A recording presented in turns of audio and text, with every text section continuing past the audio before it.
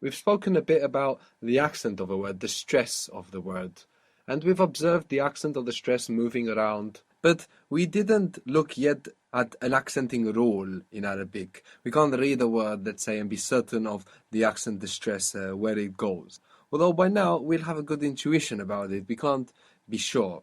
So it's time to look at the rule so we can manage a word that we might read and understand where to stress it, where to accent it.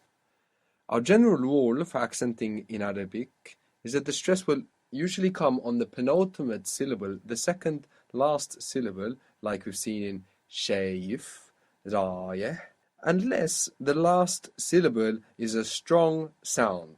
Now in Arabic, strong sounds are either long vowels or two consonants together. Long vowels or two consonants together on the end of the word will pull the accent onto the end of the word. Otherwise, most of the time, we'll have it on the second last syllable. We can see this easily between shayif, and then when we put it into plural, shayfin, and we use that long vowel, in, it takes the accent. Gay, gaya, is not a long vowel, so the accent doesn't move. Gayin, and there the accent moves. So this is the main rule. There are other exceptions, and we will look at some, but this is the main rule. We have the accent on the penultimate syllable, the second last syllable, unless we have a strong sound, a consonant cluster, two consonants together, or a long vowel on the last syllable of the word, and that will pull the accent onto the end of the word. So let's look at this practically. What is the word for here? Hina. Hina. So by default, most of the time, the accent's going to be on the penultimate syllable, the second last syllable, like in hina. What was the word for there? Hinak. Hinek. Do we have a strong sound here? Yeah, we have two vowels together. Yeah, we have a long vowel, effectively. Hinek. And that attracts the accent. Hinek. So we see the accent there move between hina and hinek because of this strong sound, which pulls the accent onto the last syllable. What was the word for money? Filus. Filus. Where is the accent? In the last syllable. Good. Can you identify why? Yes, because there's a long vowel. Good. Filus. What was generous? Kareem. Kareem. Where is the accent there? In the second syllable. Then why? Because there's a long vowel in the second syllable. Good. We have Kareem, the long vowel there on the end. How would you put that into feminine? Karima. Karima. Did you move the accent? Kareem, Karima? It's still on the second one. Yeah, it didn't move, did it? No. Because the is not a long vowel. It's not a strong sound. It doesn't have any gravitational effect on this stress, on this accent. Kareem, Karima. How do you say you see, talking to a male, you see? Anta shayif. Anta shayif. Where is the accent there? On shayif. Where is the stress? In the first syllable. Good, although it's better to think of it as the second from last syllable. Of course, it's both. It's on the second last and it's on the first in this case, no? But it's best to think of it as on the second last syllable because, as we mentioned, this is our standard position for the accent. So, ente shayif, you see, talking to a male. How would you say, do you see us? Anta shayifina. Ente shayifna is the correct accent. So, we moved the stress there. But in both cases, it's still on the penultimate, the second last syllable.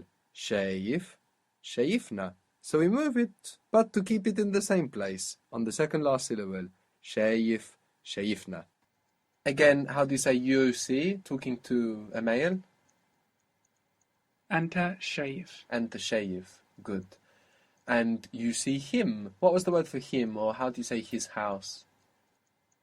Betu. Betu. So the sound for him or for his? U. U. Good. So how would you say you see him?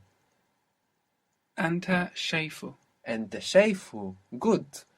So we lose the I there and the shefu rather than moving the accent around. So moving the accent is not always an option of ours. We know sometimes we would just get rid of this little I.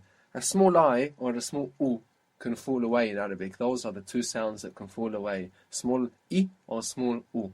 So, and the shayif and the shayfu. Good.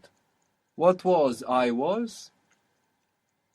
Kunt. Good. Ana kunt. We want to say ana because kunt by itself it could mean you as well. Enta kunt. No? So ana kunt. So you were talking to a male? Anta kunt. Enta kunt. And to a female? Anti kunti. Anti kunti. Good. How is I was not? I wasn't. I was not. Ana ma kuntish. Ana ma kuntish. You were not talking to male? Anta ma kuntish. Enta ma kuntish. Now, you were not talking to a female is enti ma kuntish. Enti ma kuntish. Anti ma kuntish. Here we break the rule to differentiate helping vowels, like in ana ma kuntish, from grammatical vowels, like in enti ma kuntish.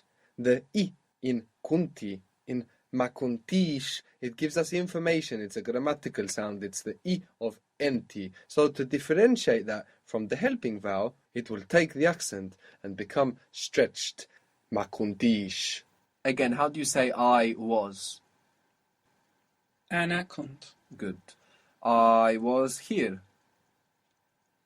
Ana kunt hina. Ana kunt hina. Good. I was not here. Ana ma kuntish hina. Good. Ana ma kuntish hina. How would you say you were talking to a male? Anta kunt. Good. And to a female? Anti kunti. Good. Where were you to a female still? Anti kunti fan. Good. Enti kunti fein. Good. How would you say you were not talking to a female? Anti ma kuntish. Good. Enti ma kuntish. So here we are stressing that I because it's a grammatical vowel, and we'll always do this with grammatical vowels, vowels that give us information, not helping vowels before this sh of mash. If you were to say you were, talking plurally, entu Antu kuntu. kuntu. Good. And you were not? Antu ma kuntush. Entu makuntush. Good. What was we were? Kunna. Kunna. And we were not? Ma kunnash. Makunesh. Remember that stretched A can sound more like an E. Makunesh. Ma Good. kunnash. So, before we learned and the andak, no, at me, at you, I have, you have. And when we put that into negative, we also saw some strange accenting changes occur. And now we understand why the accent there was moving around unexpectedly. It was because of these grammatical vowels occurring before the sh of mash. So let's recap that now. How do you say at me or I have? Andi. Andy. Good. And I don't have? Mandish. Mandish. How do you say you have? Talking to a male? Andak. Andak. And you don't have? Mandaksh. And where does the accent go? Mandaksh. Mandaksh. Mandaksh. The ksh sound. Exactly. A strong sound on the end of the word. Two consonants together constitute a strong sound, and when that's on the last syllable, it will attract the accent. Mandaksh. What was we have or at us? Andina. Andina. Good. But the negative we don't have? Mandinash. Mandinesh. How was he has? Andu. Andu. He doesn't have? Mandush. Mandush. They have, or at them. Andahom. And where's the accent? Andohom. Andohom. Andohom. And the negative? They don't have? Mandahomsh. Mandahomsh. So here we don't have the accent on the end because we have a grammatical vowel. No, we have the accent on the end here because we have two consonants on the end. And two consonants constitute a strong syllable, and if they're on the end, they will pull the accent onto the end. Man the humsh.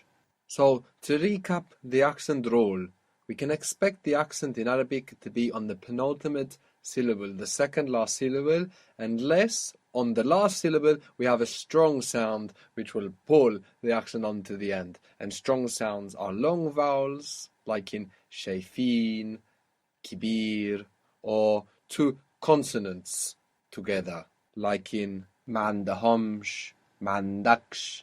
But as we saw, we may see some exceptions to this, so we need to look out for them. When you do find other exceptions to this general accenting rule that we've learned, try to work out why there is an exception. Try to work out what's going on. And you can do that by finding things in common between exceptions. So for example, if you were to find the words baladi, my country, and abadan, the word for never, two very common words, baladi, my country, and abadan, never, you will notice that they have the accent on the beginning. Upon further analysis, you might also notice that neither of these words have any strong syllables. There are no long vowels or double consonants in either of these words, which is why they're breaking the accent rule, abadan, baladi.